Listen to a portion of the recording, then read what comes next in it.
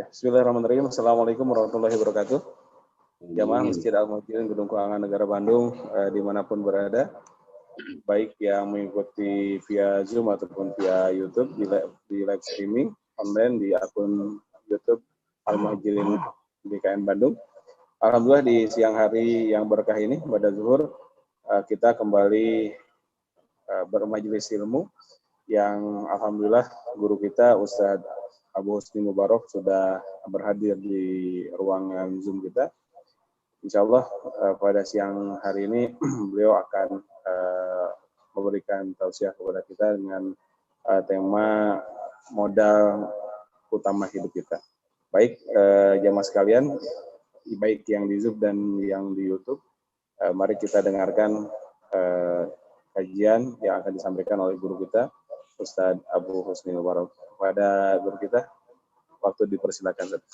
Maka Ustadz, waktu dulu. A'udzu billahi minasyaitonirrajim. Bismillahirrahmanirrahim.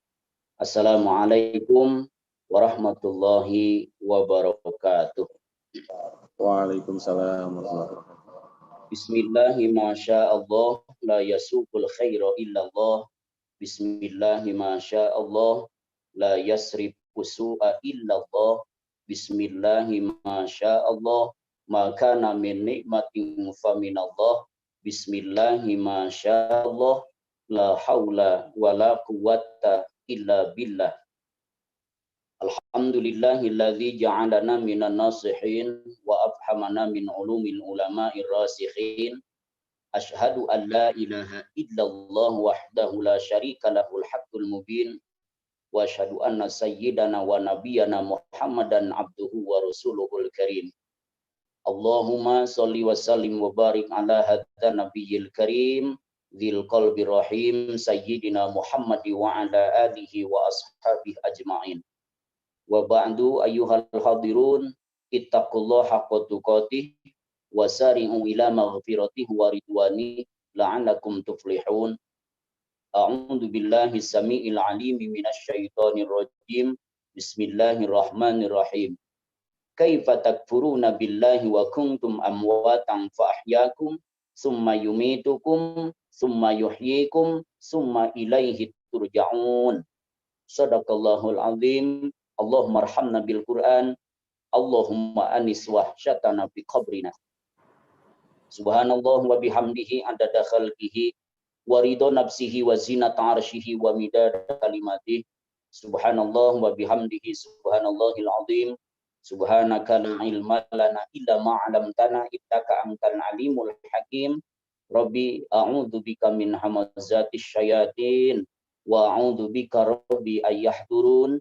La haula wa la quwwata illa billahil aliyyil azim. Allahumma ya biasal mustaqisin al-gisna ya Allah. Ya wadud tawil umurana wa sawi'at sadana waqti hajatana waqsir amwalana habibna linnasi ajma'in. Allahumma lakal hamdu wa ilaikal mustaka wa antal musta'an la hawla wa la quwwata illa billahil aliyyil azim. Wa nasta'inuka ala fasadin fina wa nas'aluka sholaha amrina kulli. Allahumma la sahla illa ma ja'altahu sahla wa anta taz'alul hazna idza syi'ta sahla. Nas'alukal ijabah. Al-Fatihah. A'udzubillahi minasyaitonirrajim. Bismillahirrahmanirrahim. Alhamdulillahi rabbil alamin arrahmanir rahim maliki yaumiddin. Iyyaka na'budu wa iyyaka nasta'in ihdinas siratal mustaqim. Siratal ladzina an'amta 'alaihim ghairil maghdubi 'alaihim waladdallin. Amin ya rabb ya mujibas sa'in. Alhamdulillahi rabbil alamin. Syukur kita panjatkan kehadirat Allah. Sampai dengan siang ini Allah masih memberikan kesehatan kepada kita. Allah masih memberikan kekuatan kepada kita. Allah masih memberikan kesempatan hidup menikmati indahnya dunia ini. Sehingga kita bisa menggunakan hidup yang sebentar ini dengan sebaik-baiknya. Insya Allah pertemuan ini adalah jadi sebab turunnya rahmat, hidayah dan ampunan dari Allah Subhanahu wa taala sehingga kita menjadi hamba pilihan Allah yang akan dibahagiakan dunia dan akhirat. Insya Allah taala Amin ya rabbal alamin. Hadirin kaum muslimin, para tamu agung Allah yang berbahagia, layaknya kita selaku manusia yang diciptakan Allah sebagai makhluk yang sempurna, yang sekaligus menjadi khalifah fil ardi, khalifah di muka bumi ini, kita harus memiliki tujuan yang jelas. Kita harus memiliki dasar yang jelas. Kita harus memiliki tugas yang jelas. Dan kita pun harus betul-betul memiliki modal dalam hidup dan kehidupan ini. Semua manusia yang hadir di muka bumi ini adalah punya tujuan di dalam hidupnya. Tetapi tujuan yang paling utama bagi orang-orang yang yakin bahwa adanya Allah, adanya ciptaannya, memiliki tujuan yang jelas, tujuan yang utama adalah tujuan hidup di dalam hidup ini tiada lain. Kita harus punya tujuan yang jelas. Tujuan hidup kita adalah mardhatillah. Kita harus punya tujuan dalam hidup, dan tujuan hidup kita ini adalah mardhatillah. Apapun yang kita lakukan, apapun yang kita laksanakan, apapun yang kita kerjakan, kita harus mencari rahmat dan ridho dari Allah Subhanahu wa Ta'ala. Lantas apa yang kita lakukan supaya tujuan hidup ini bisa tercapai? Supaya tujuan hidup ini bisa tercapai, kita harus memiliki modal di dalam hidup ini. Kita harus memiliki dasar dalam hidup ini. Kita harus memiliki tugas dalam hidup ini. Apa dasar hidup kita?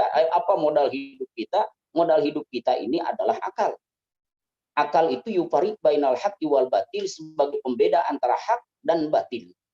Jika kita diberikan oleh Allah Subhanahu wa Ta'ala akal yang sempurna, jangan sekali-kali kita merusak akal, karena tujuan hidup tidak akan pernah tercapai, dasar hidup tidak akan pernah ada, bahkan tugas hidup tidak akan pernah terlaksanakan oleh kita kalau akal kita sudah dirusak oleh kita. Lantas apa yang merusak akal itu?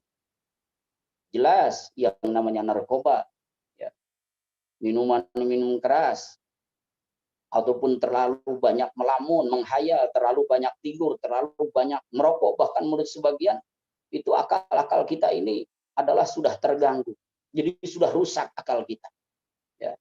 Nah, ketika akal ini diberikan oleh Allah kepada kita dan masih utuh akal ini, kita bisa membedakan mana yang baik dan mana yang buruk, maka akal ini kalau memang sudah sempurna, itu harus betul-betul mampu menjadikan tugas pokok hidup kita dalam hidup ini bisa terlaksana dengan sempurna, dengan sebaik-baiknya. Nah, dengan akal kita bisa belajar.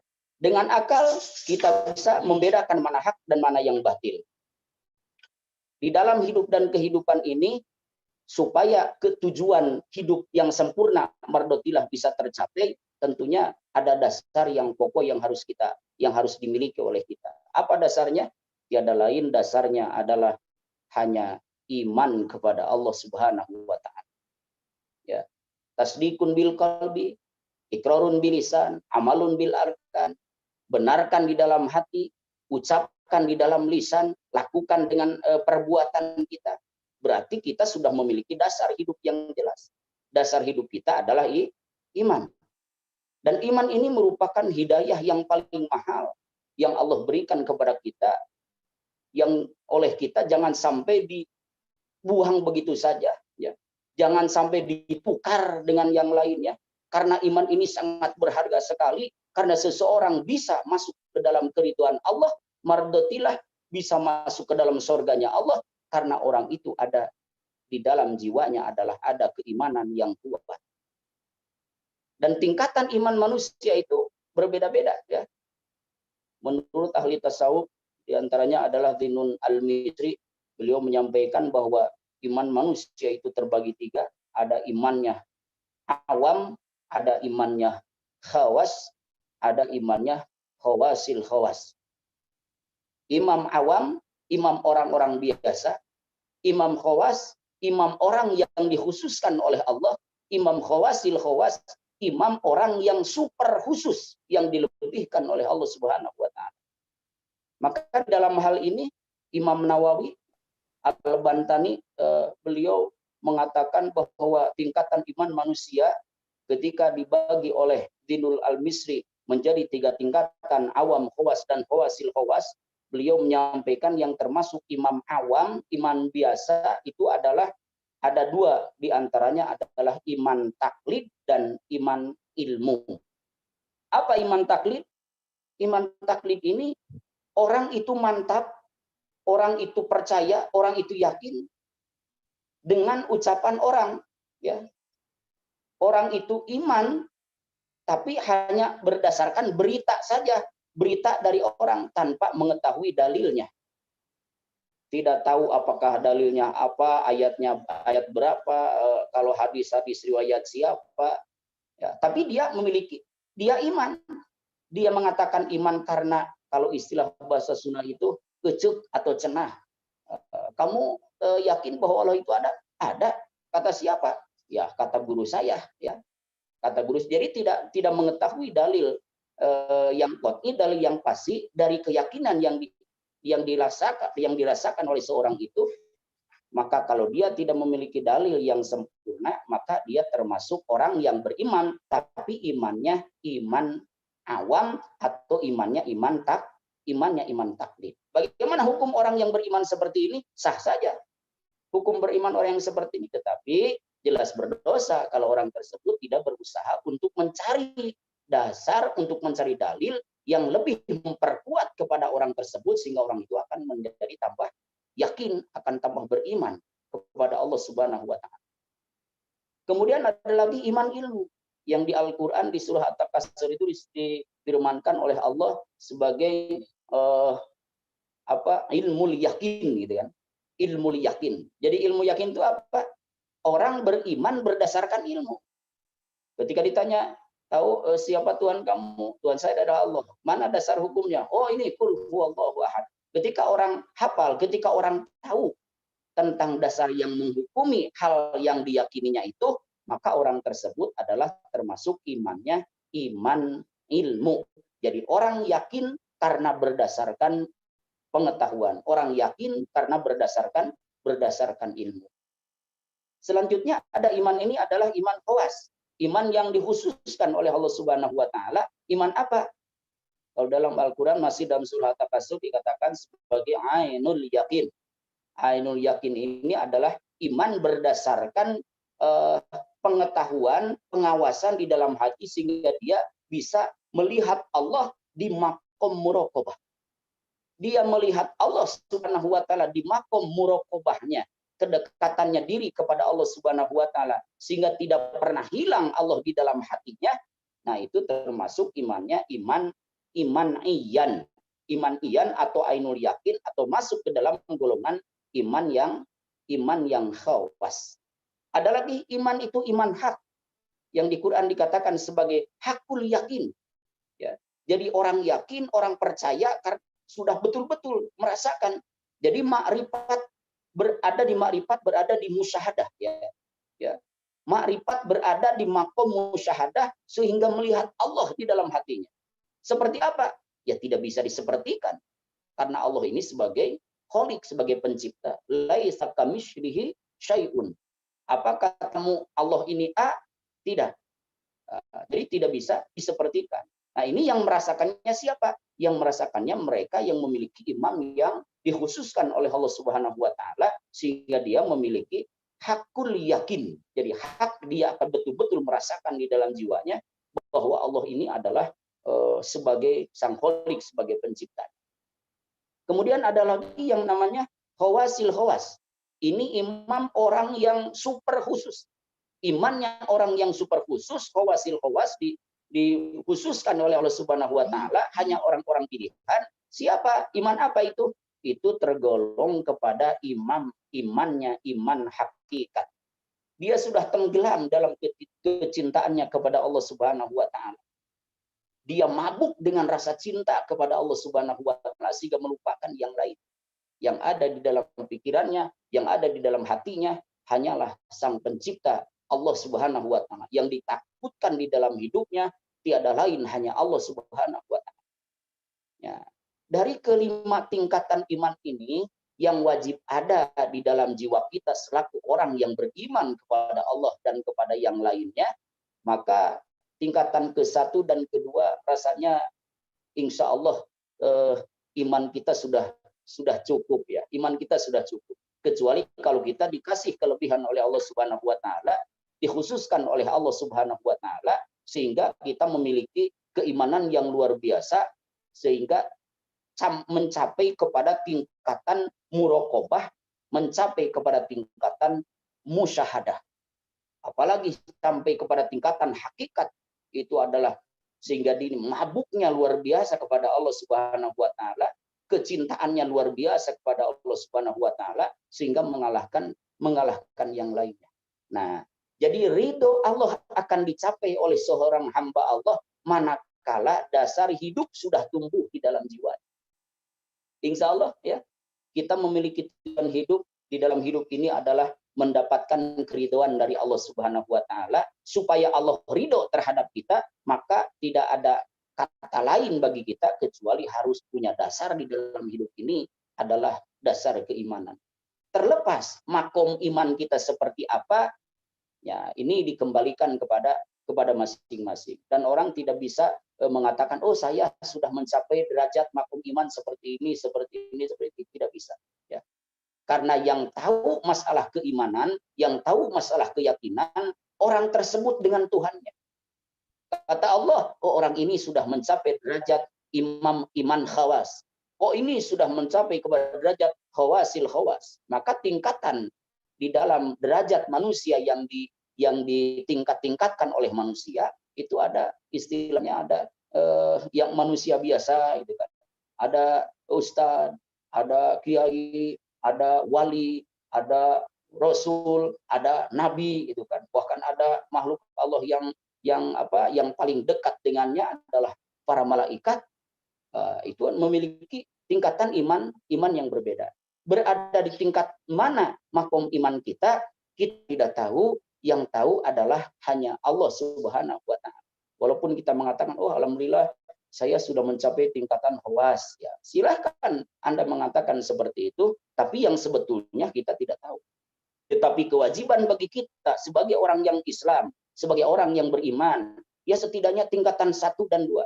Kita yakin Allah itu ada, ya minimal kita pernah ngaji, kata guru kita. Behdituna, ya lebih baik kita harus memahami Allah itu ada, kemudian kita memahami, mengetahui dalil bahwa Allah itu adalah.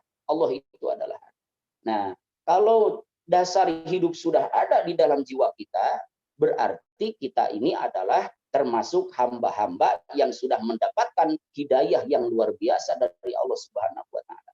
Kalau tidak ada rasa iman di dalam jiwa ini, berarti hidayah ini sudah hilang di dalam jiwa kita. Tapi kalau kita sudah merasakan bahwa kita sudah meyakini bahwa Allah Tuhan kita, ya, sudah meyakini bahwa yang menciptakan alam ini adalah Allah, maka kita termasuk hamba yang sudah mendapatkan hidayah. Karena hidayah ini adalah sangat mahal sekali, ya. Tidak Allah berikan kepada setiap manusia, hanya kepada manusia yang memang sudah dikehendaki oleh Allah Subhanahu wa taala, dan kita tidak tahu siapa yang dikehendaki oleh Allah Subhanahu wa taala. Itu adalah hak prerogatifnya Allah Subhanahu wa taala. Oleh karena itu, ya kita tidak bisa memaksakan kepada saudara kita yang tidak seiman dengan kita, itu adalah kamu harus ini gitu kan. Tidak usah memaksakan. Kan la ikraha fid, tidak ada paksaan di dalam masalah. Nah, untuk mengetahui bahwa kita punya dasar di dalam hidup ini, punya dasar iman di dalam hidup ini, dapat dilihat di dalam tugasnya. Maka tugas hidup manusia di alam ini tiada lain hanyalah untuk beribadah kepada Allah Subhanahu wa taala. Ayatnya semua sudah hafal. Wa ma khalaqtul jinna wal insa illa liya'budun. Ya, tidaklah Allah ciptakan jin dan manusia kecuali semuanya itu adalah hanya untuk beribadah kepada Allah Subhanahu wa taala. Berarti tugas hidup kita di alam dunia ini adalah ibadah, ya. Ya. Tujuan hidup mardotilah akan dapat dicapai kalau punya dasar di dalam hidup adalah iman. Iman akan dilihat oleh seseorang manakala orang tersebut mampu melakukan tugasnya. Bagaimana tugas hidup orang yang beriman? Tugas hidup orang yang beriman itu adalah ibadah. Ibadah apa? Ya semuanya. Ketika kita bertemu dengan orang-orang dengan di sekitar, kemudian orang itu merasa terjaga dengan kita, itu bagian dari ibadah. Nah, ibadah itu kan ada ibadah mahdoh, ibadah ghairu mahdoh. Ibadah mahdoh itu ibadah yang langsung kepada Allah Subhanahu wa taala, yang syarat rukunnya sudah ditentukan oleh Allah. Ibadah ghairu mahdoh ini adalah ibadah di antara sesama manusia. Nah, di dalam masalah ibadah ini kita pun tidak tahu apakah ibadah yang kita lakukan ini adalah diterima oleh Allah ataupun ditolak. Tidak paham. Ya, tidak tahu apakah ibadah kita diterima ataupun ditolak. Hanya kewajiban bagi kita di dalam menyembah kepada Allah, di dalam beribadah kepada Allah, ya kita lakukan ibadah dengan seikhlas-ikhlasnya. Ya. Karena semua manusia, kata Nabi, akan hancur, akan rusak semua manusia. Kullunas halikun ilal abidu, wal abid halikun ilal alimu, wal alim halikun ilal mukhlisun. Ya. Semua manusia ini akan rusak, semua manusia ini akan celaka, semua manusia ini akan hancur. Ilal abid, kecuali yang tidak akan pernah rusak itu adalah mereka yang beribadah, ahli di dalam ibadah kepada Allah Subhanahu wa taala. Mereka tidak akan celaka, ya. Tidak akan celaka. Pasti dia akan selamat. Nah, pun ahli ibadah pun akan apa? Ahli ibadah pun itu akan celaka. Ilal alimu, kecuali orang beribadah diikuti dengan ilmunya. Maka di dalam kaidah usul fikih yang sering kita dengar itu adalah bahwa orang beribadah tanpa ilmu itu adalah mardud. Ya. Al amal bila ilmin mardudun. Ya. Setiap amal perbuatan yang kita lakukan tanpa diikuti dengan ilmunya mardud, ditolak oleh Allah. Ya, ini sudah mentah-mentah ditolak oleh Allah kalau kita beribadah tanpa ilmu. Pun kita memiliki ilmu, ya, tidak diamalkan, malun, melaknat kepada kita. Akan celaka terhadap diri kita kalau kita punya ilmu kemudian kita tidak mengamalkan. Oleh karena itu orang yang selamat itu adalah mereka ahli di dalam ibadah, kemudian ibadahnya diikuti dengan ilmunya. Ya. Orang yang berilmu pun itu akan celaka.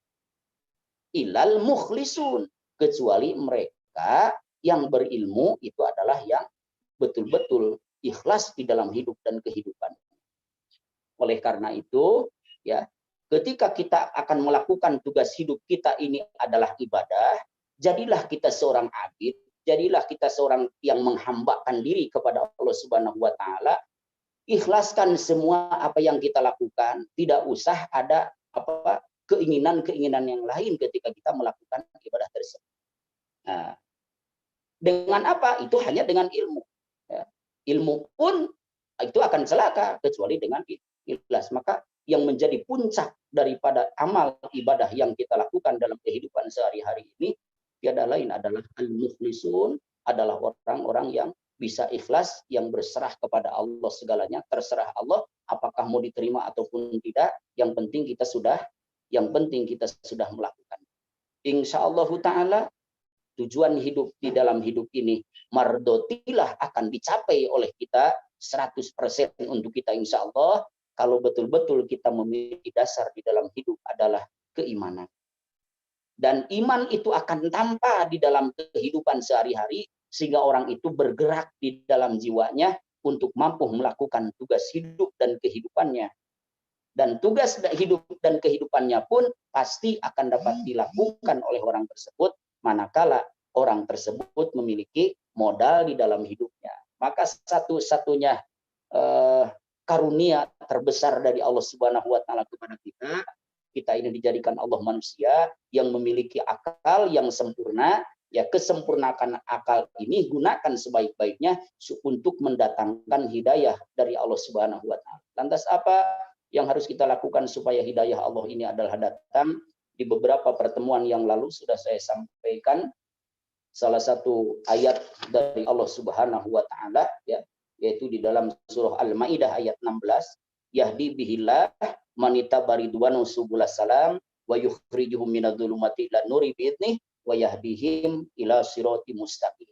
Salah satu jalan supaya kita mendapatkan hidayah dari Allah Subhanahu wa taala tiada lain adalah di antaranya adalah kita harus berinteraksi terus, harus berdialog terus dengan Allah Subhanahu wa taala, dengan Al-Qur'an. Karena yahdibihi, kata Allah, akan kuberikan petunjuk orang itu dengan ini, yang dengan kitab Allah. Jadi kita ikuti apa yang ada di dalamnya, kita terus baca setiap saat, insya Allah. Bahkan yukhriju minadz-dzulumati ilan nur, dari kegelapan kita akan diterangkan, akan menuju ke dalam yang terang benderang. Wa yahdi ila siratal mustaqim, bahkan kita akan diberikan petunjuk oleh Allah Subhanahu wa taala kepada jalan yang lurus. Apa yang dimaksud dengan jalan yang lurus itu?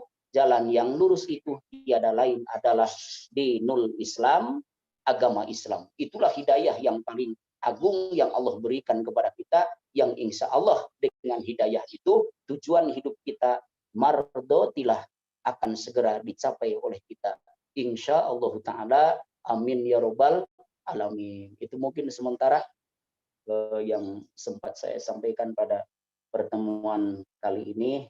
Mudah-mudahan ada manfaat dan manfaat khusus bagi saya yang menyampaikannya, umumnya kepada semua yang mendengarkannya. Allah berikan terus hidayah kepada kita sehingga kita tak pernah bosan untuk menunaikan ibadah padanya, insya Allah taala. Itu mungkin sementara. Sampai di sini berjumpa kita. Wassalamualaikum warahmatullahi wabarakatuh.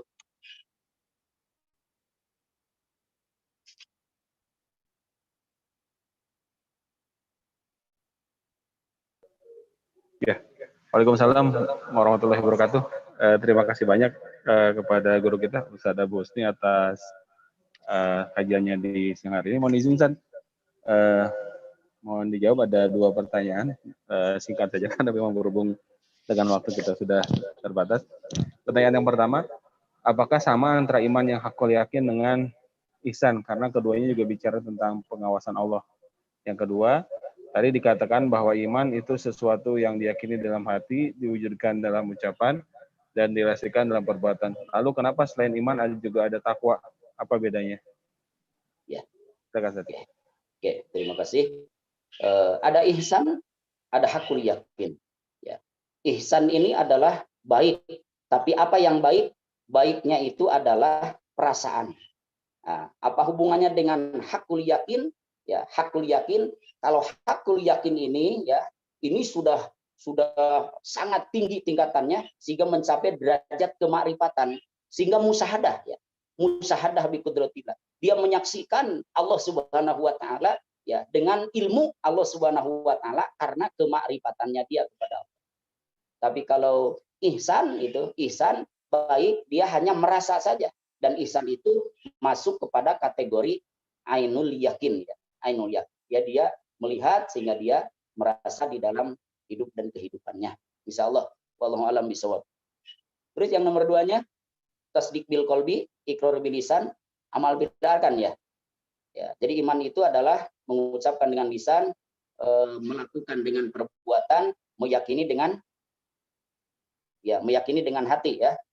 Itu arti daripada iman. Kemudian ada istilah yang lain, itu adalah takwa.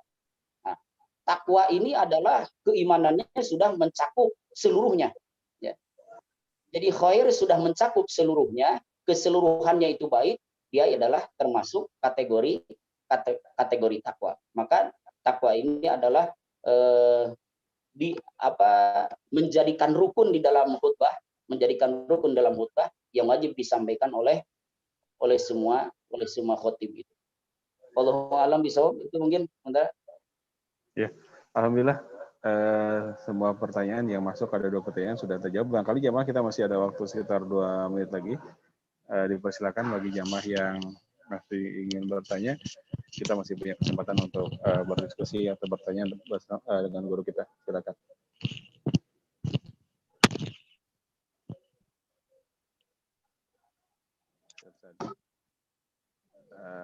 Mohon izin, sepertinya pertanyaan sudah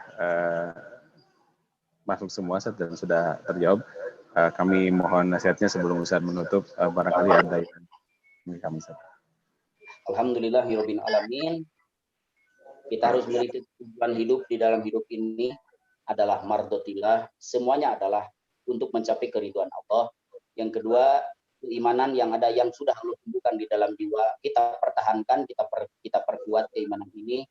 Dengan cara apa? Dengan cara melakukan tugas hidup kita yang sempurna adalah ibadah, baik ibadah langsung kepada Allah ataupun ibadah secara tidak langsung melalui kepada manusia atau sesama kita. Insya Allah dengan ketiga hal tersebut, ya Allah Subhanahu Wa Taala akan berikan karunia yang agung kepada kita adalah keriduan. Apa yang dimaksud dengan ridho Allah tiada lain adalah kenikmatan yang abadi, khalidina fiha la yakhrujuna minha, di dalam surganya Allah Subhanahu Wa Taala. Insya Allah Taala. Subhanakallahumma bihamdika asyhadu an la ilaha illa anta astaghfiruka wa atubu ilaik. Wassalamualaikum warahmatullahi wabarakatuh.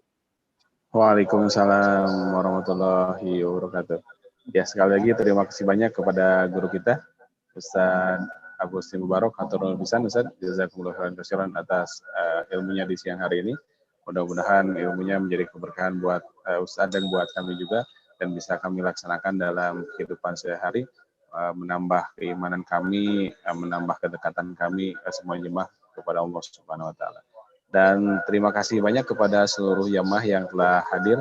Bagi yang ingin kembali memutar video ceramah bersama guru kita, bisa mampir ke akun YouTube DKM Al-Muhajirin GKN Bandung. Semua ceramah bersama guru kita, Ustaz Abu Husni Mubarak, itu bisa diputar ulang di akun YouTube tersebut. Demikian dari kami, DKM Al-Muhajirin Gedung Keuangan Negara Bandung. Tetap menjaga protokol kesehatan. Kita berdoa kepada Allah Subhanahu Wa Taala agar Allah Subhanahu Wa Taala segera mengangkat wabah COVID ini dari dunia, agar kita bisa kembali bertemu di masjid dengan normal, bisa kajian dengan normal. Ya, terima kasih kami dari DKM Al-Muhajirin Gedung Keuangan Negara Bandung. Assalamualaikum warahmatullahi wabarakatuh. Assalamualaikum warahmatullahi wabarakatuh.